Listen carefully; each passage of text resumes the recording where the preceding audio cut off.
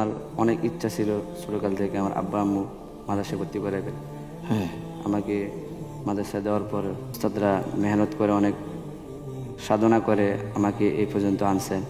আল্লাহ পাক আমাকে আনছেন। সুবহানাল্লাহ। তার মানে তুমি শুনে শুনে ইউজ করেছো না? জি। হ্যাঁ, তাহলে আমাদেরকে একটু তেলাওয়াত শোনো। وقال الذين كفروا لا تسمعوا لهذا القرآن والغوا فيه لعلكم تغلبون فلنذيقن الذين كفروا عذابا شديدا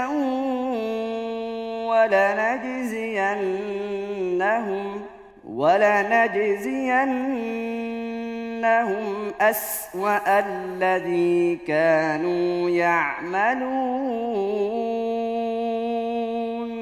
তাহলে এই ক্ষেত্রে, এই হিফজের ক্ষেত্রে তোমার সবচেয়ে বেশি কৃতজ্ঞতা কার প্রতি?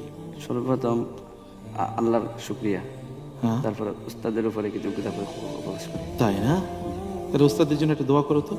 আমি দোয়া করি যে উস্তাদরা আমাকে এত কষ্ট করে এই পর্যন্ত নিয়ে আসছে, ওই উস্তাদদেরকে আমি যখন কাল হাসরের ময়দানে জান্নাতে যাব, যদি আল্লাহ আমাকে যোগ্যতা দান করে ওই সময় যাতে আমি তাদেরকে জান্নাতে নিয়ে যেতে পারি। আল্লাহ তৌফিক দান করুন। আল্লাহুম্মা আমিন। আল্লাহ তাআলা তোমাকে কবুল করে নিন, তোমার ওস্তাদদেরকে আল্লাহ তাআলা কবুল করে নিন।